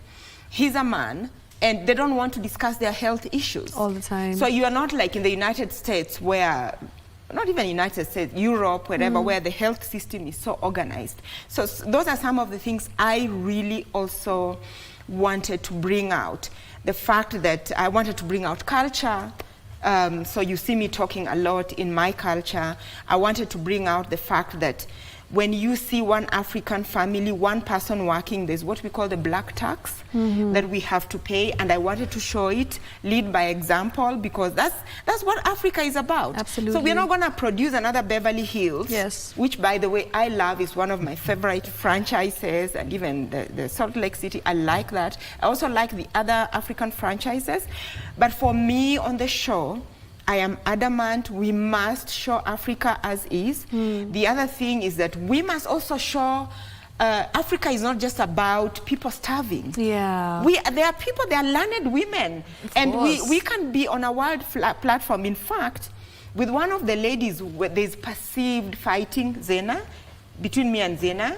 And I'm talking about this because it's positive. And in today's show, if you watch, the episode that was released today, which is episode 5, I see myself telling her, listen, my dear, I was never, it may look like we are fighting, but really we are not fighting because I'm your friend. If it is a war, we are on the same side. So basically what I was trying to say is that as African women, we cannot be seen tearing ourselves down. Right. Because there's so much against us, like in the world, like there's so much against us. So even if it may look like we are fighting, it's just because sometimes we have to adjust each other's crowns. There's still so much that we need to work on together. So these 3 things that I really, actually these are 4 things that I feel should set us apart. Yes. And showcasing Kenya, for example. Kenya as an investment place. That's why I'm actually saying the value of my house. Yeah. Why? Because we are not, Africa is not just about poverty. Yeah, we are rich as a continent. And you know, it's actually very interesting that you mentioned this, because the South Africans who are watching the show have been saying things like this, like exactly what you're saying. We didn't know that people in Kenya could lead luxurious lives. They didn't know such things. So when I see such comments on Twitter, it actually makes me so happy to see that we're portraying Nairobi for this, it's like a hot point of different cultures, and of course the fact that people actually do lead such lives. Well, actually on this, I just read an article that I think we're 15th in the world for cities that are going to be the wealthiest. Right. Like, I don't know if you saw that article, but this is the thing, and it's convincing people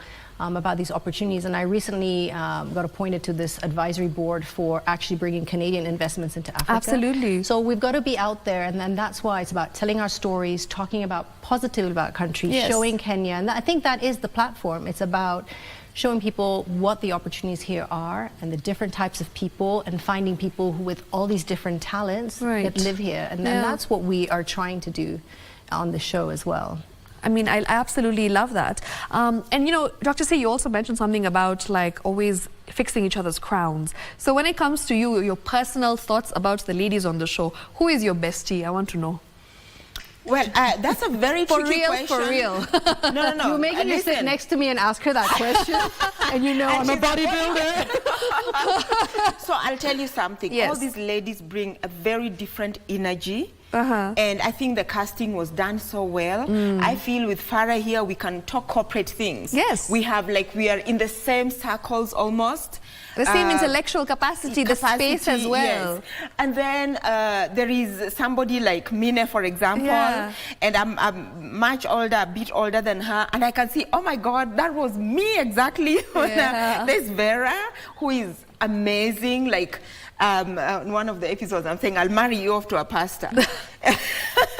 And because she's so kind, what you see out there, but I feel if I looked at her and I thought, oh my God, you are so humane in the way in which you approach things. And I feel so that you, even though you may look like you belong to the world, actually there's a real person there. Actually, that's what I was commenting. Oh my God, you're so real. And I feel people would really be happy to come to you and tell you, because, like, you know, and then there's the other newer ladies you came with. There's Raja, who is just so, and then there's Zina, who the other day you did that test, and she's on the other side, I'm on this side, and she's like, we could really work together. So I can't say that I have, all of them bring a different energy, and they show you, there's a part of you they show you that is very different. So you can't say, I can't be with Farah alone and say, now we have a show. Everybody comes together as a team. And that is the basis of the show. It's like a puzzle. It's supposed to different actually pieces represent coming together. different people and different personalities.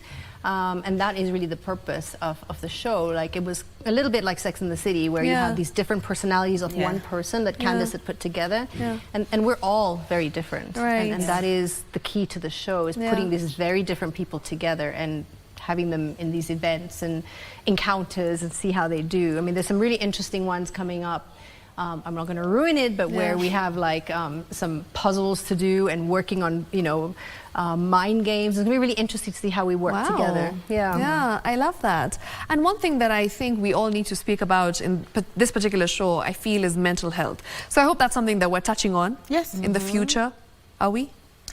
Mental health is, I think it's really, really important everywhere, whether even at family level. And I have to emphasize that this is the World Men's Health Awareness Month. So when we talk just about general wellness and a show being a show for women, I think it just brings out and I'm talking about this because I'm a primary caregiver for my father. And he's about 86 there, almost 90. And you know, men don't talk about their mental health. They are always very closed. And I think it's upon, I'll talk about women, but also even men, to actually open up and talk about these things, generally about health. Go encourage your parents, the older people in the community, to actually go for mental health checkup, for, if it's men, to actually screen for prostate cancer. Generally, health in a package is really important. I don't know, Farah, what do you think about mental health on the show? So there's definitely discussion of mental health on the show. We've had it. And again, I think all of us have had experiences because we've all either gone through these issues or lived with someone. And I have in my past lived with someone with mental health issues. And so it's about having empathy, compassion, identification, understanding for people, and it's on both sides of it. So yeah, it does come up in the show on a few occasions, and yeah, like I think also when you're around new people, you've got to just kind of try and understand what it is maybe that they're going through.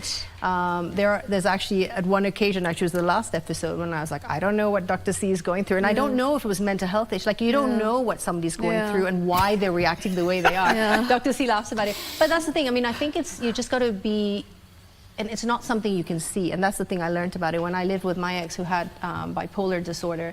It's not like a broken leg, and you know, it's like this, and so you just don't know. Lots of ups and lots of downs. And you don't know what you're seeing on that day. And I think that has really made me really sensitive to there's more going on than what you see.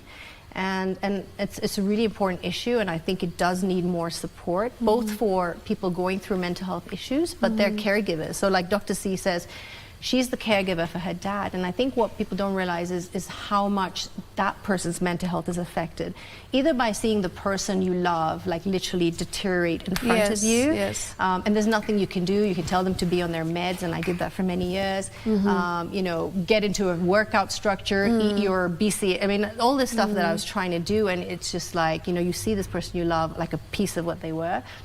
And with Dr. C, probably, you know, you're seeing your parents get older and you're the caregiver. So it's very difficult. The health of the person and those around is affected. Yeah. But also I need to add, one of the things that on all the franchises, but Kenya is not even different, is that I like how, and the viewer, and I really would like the viewer to call us out when we are on the wrong, when we are, I think one of the things in the society is about labeling people. Yes. Maybe somebody's just having a bad day, and then somebody decides, oh, you're bipolar, or you're this, and I think in past episodes, viewers have called us out like, you cannot do that. And I like that. Right. So because it brings on the sensitization and accountability. And also the fact that it also brings to the fore the fact that sometimes past traumas that people have had, and when they are put in certain situations, they react totally completely differently, and we see all these things actually triggers about triggers in terms of learning what is it that triggers you, you know, whether they are childhood problems or whatever they are. So I think one of the things this show has actually achieved is to bring to the fore some of these things already. Yeah, okay. Yeah, I mean, I'm glad that we're talking about this, because as you mentioned, the viewers these days, they're extremely smart, you know, they know how to take things for what they are, and they read into things sometimes a bit too much, but also at times, like the things that they say, you're just taken aback, because you're like, you've just watched one episode and you're labeling me, right? And like sometimes I'm sure you also feel frustrated that why am I being called XYZ for just one thing that I said, and like it's being picked on over and over again. And on the flip side, I feel like people like these also have a lot of nasty things to say, and cyberbullying is on the rise. Like we've seen cases where people have said extremely vile things about each other on social media, and like you're just trending for all the wrong reasons. So I don't know if you have experienced that, both of you, you know, on social media. Have you had instances where you've seen something said about you that's just nasty, and how do you deal with that? I'll start with you, Dr. C, because you've been on 2 seasons. 2 seasons. So I'll tell you something. The one thing that I have actually learned, not just as, I'm also a TV producer. I've produced a lot of reality shows. Samantha's Bridal Show, I think a lot of your viewers may remember it. And one of the things I've learned is that, oh my goodness, viewers are very smart. Yes. Do not even underestimate their intelligence. Viewers are extremely smart. But I'll also say something else. This show is not for the faint-hearted. It is not for everyone. Not everybody will be able. Some people will completely be broken. Yes. And even for the best of us who feel we can take on this thing, the producers have made sure that we are cancelled. We have the services of a psychologist. A therapist. A therapist, let me say a therapist. And they look after you. That's amazing. And they make sure, even right now, they're like, if you need to talk to somebody, there's always, there's a hotline, you can talk to that person, but also there's training on how to deal with media and cyberbullying and all that. But one of the things I have also to say, and this to give it to the viewers, and that's why you have to keep watching the shows. Things like age shaming. I think it's something that a lot of Kenyans are just learning. Oh, it is really wrong. It's like, I don't think any woman this day watching any show will be age shaming anybody, will be body shaming anyone. And then you just realize, oh my goodness. So there's such a thing as body shaming, there's such a thing as age shaming, and there's such a thing as cyberbullying people. So these things are beginning to come out, and it's from the viewers, from ourselves, and as a society, I feel so that we are growing. Yes. What do you think, Farah? Yes, there is growth. Yes. Yeah. So I think, first of all, I actually don't have a lot of time for social media. Yeah. So there could be, I think for me, it's like there'll be lovers, there'll be haters. Of course. And you've got to just live with that. I have seen circumstances where they're haters and it actually helped me. I mean, it just shot those, whatever the issue they were hating on, like it just went off the roof and it even had more supporters. So look, you're not going to love everyone. A viewer will pick who they love. They might have a favorite. Yeah. And it's different people they identify with when they're looking at you. And look, all of this stuff has laws, protection around it. So, you know, you're dealing with these issues and know that you're not above the law. So there is a point where you can take legal action. But actually, I think they serve as almost a pedestal to inform and educate. I think a lot of it comes from lack of education when you have these kind of things. Like, for instance, the body shaming. You'll hear it on the show, like, you know, I look like a man, I have muscle. And the sad thing about it is, you know, now there's a whole thing around muscle-centric health and medicine, which actually says muscle is your most powerful organ. It's the biggest organ. And the amount of physiological, amazing, really reactions that happen in your body, the more muscle you have, that's what it's going to keep you alive. That's your key to longevity. So protein and muscle. So while I might have fallen into bodybuilding after going to one show, I'm so grateful. And I don't mind being called like a man or looking like a man or building less muscle like a man, because I think, you know, that is going to help me live a better life, carry my bags home. But the sad thing when we have these kind of conversations about looking like an old person, again, you know, I think 50 today is very different from what it looked like. And it just, I think it causes this dialogue that we want to move away from. Same with, you know, this whole issue around body shaming. Like, unfortunately, women are not going to lift weights because they think they're going to look like a man, and we're doing a great disservice. And, you know, this whole thing about aging, we're all going to get old. Of course. Like, I don't think, I mean, we can do a lot, and, you know, we can work out and, you know, use Botox, but we're all going to age. It's like any car that's life. This is life. And so, you know, why make fun of it? So I think it's an education issue. Yes. And educating, and I think using this as a platform to educate when these things happen, and taking those comments and using them with a positive spin is, I think, what we got to do. And the viewers are calling it out. Yes. When they see it, they're calling it out. You go and see all the comments. Yes. And so if you didn't know, you actually then begin to know, like, wow. As a society, I feel there's change. There's change. And I feel so that we have grown. We don't have to be the ones telling our daughters, now you need to stop being too more vibrant because you're getting older. Because you're getting older, now shut up. Dress a certain way. Our daughters are going to just rise and your shine. daughter, I was like, amazing, she's an athlete. And you know what? And I think that's what we need to embrace, athletics in women, science and technology. We need to get our young people, and you're doing the right thing. I actually want to talk about, so my daughter is going to a school where she went to. Oh, wow. Only 10 years ago, no kidding. So my daughter is 12. And when she met Farah, Farah has had such a profound effect on her. Oh, that's lovely. She's very sporty even in the school. She's like she plays almost 16 different types of sports. Like even tomorrow I'm going to be a soccer mom. We have this netball, we're playing. But the one thing is, she meets somebody, she asks you, do you play a sport? Yeah. If you don't play a sport, she's not even talking to you. She's not interested. But meeting her, she's had such a profound, I love that, effect on my daughter. I love it. She knows it, So, you know, that's how, you know, you change one person at a time. And, we have a better society. Touch lives, one person at a time. I love that. And as we wrap up, I'd just like to start off with you, Farah. What are your parting shot? What is your parting shot to the viewers who are watching, and, you know, they've been watching the show, they've been loving you on the show? What advice would you like to give a woman, as you said, who wants to get into maybe bodybuilding but doesn't know what exactly to do, the avenues that she could reach out to, and how to get started? So maybe you could just give some advice. So parting shots are what I said is, you know, take your time. It's a long show. Get to know the characters and what they do and what they stand for and their personalities.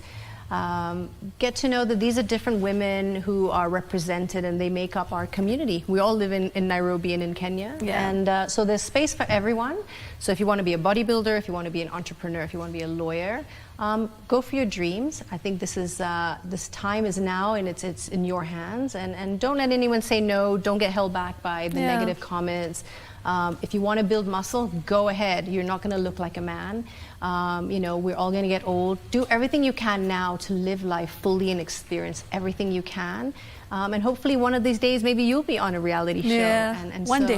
One day, yeah, you'll be on one of these shows. And yeah, reach for your dreams. And, Absolutely. And, you know, you can't fail.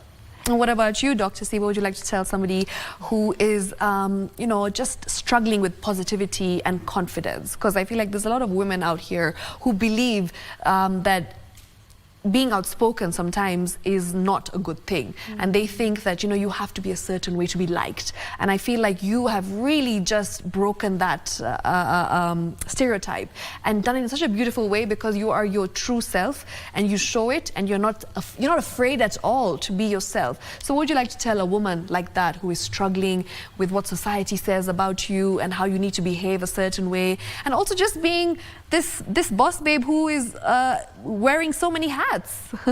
So I want to start by saying that recently, you know, last week we celebrated the Madaraka Day. Yes. The day when Kenya got independence.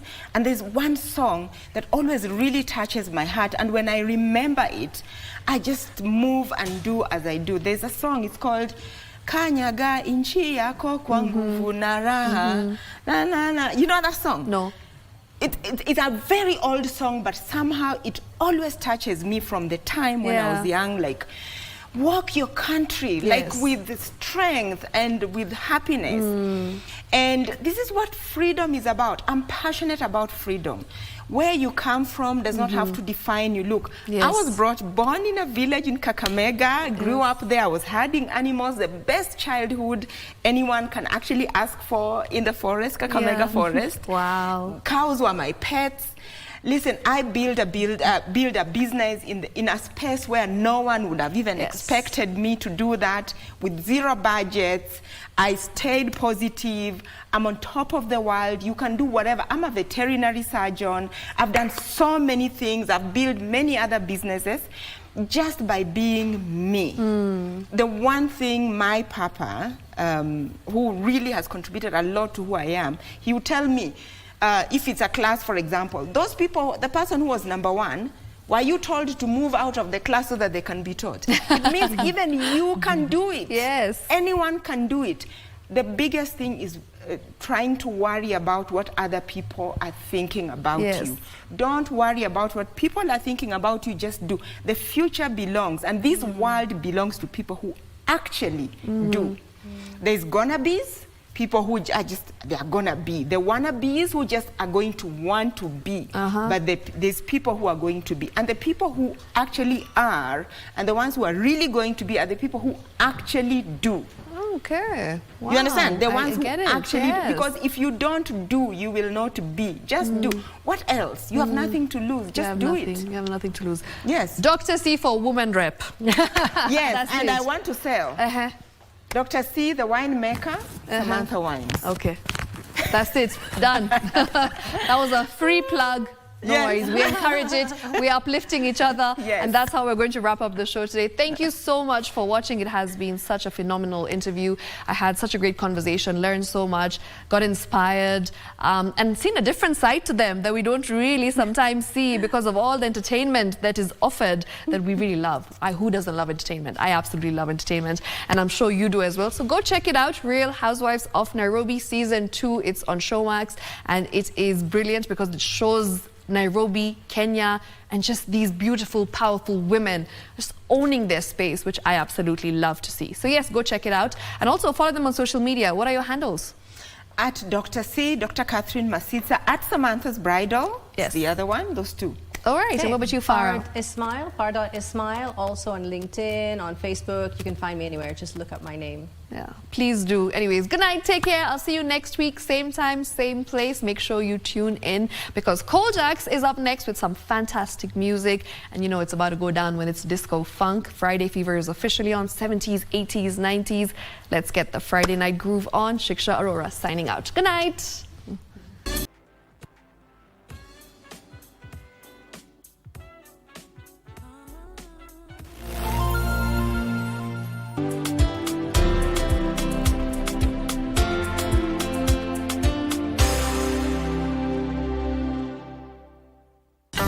bonus. Zidisha ushindi wako hadi 1,000,000 na multi bonus 1,000%.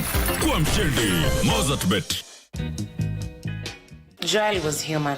My dad is ruthless. So how far can he go? I'm not betraying my family. My dad had property worth tens of millions. Come and see hundreds of millions, and Kaikara knew about it. I need to talk to you alone. What's going on? 13 acres. I'm sorry, I cannot give you this. That fool played me again. I am Joel's daughter.